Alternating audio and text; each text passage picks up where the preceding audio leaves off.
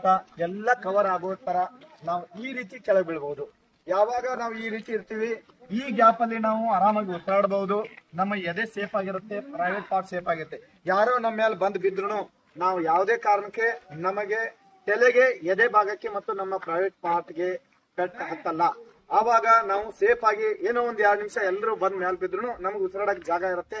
ಆಮೇಲೆ ನಾವು ಸೇಫ್ ಆಗಿ ಎದ್ದೇಳ್ಬಹುದು. ಆದ ಕಾರಣ ಯಾವುದೇ ನಾವು ಜನಸಂಧಿಯಲ್ಲಿ ಕೆಳಗಡೆ ಬಿದ್ರೆ, ಜನ ನಮ್ಮ ಮೇಲೆ ಬೀಳುವಂತ ಪ್ರಸಂಗ ಬಂದ್ಬಿಟ್ರೆ ನಾವು ಇಮಿಡಿಯೇಟ್ ಆಗಿ ಈ ಪೊಸಿಷನ್ಗೆ ಬಂದ್ಬಿಡಬೇಕು. ಓಕೆ, ಈ ರೀತಿ ಕ್ರಂಚಿಂಗ್ ಪೊಸಿಷನ್ಗೆ ಬರುವುದರಿಂದ ನಮ್ಮ ಮೇಲೆ 4-5 ಮಂದಿ ಬಿದ್ದರೂ ಸಹ ನಮಗೆ ಯಾವುದೇ ರೀತಿ ತೊಂದರೆ ಉಂಟಾಗುವುದಿಲ್ಲ.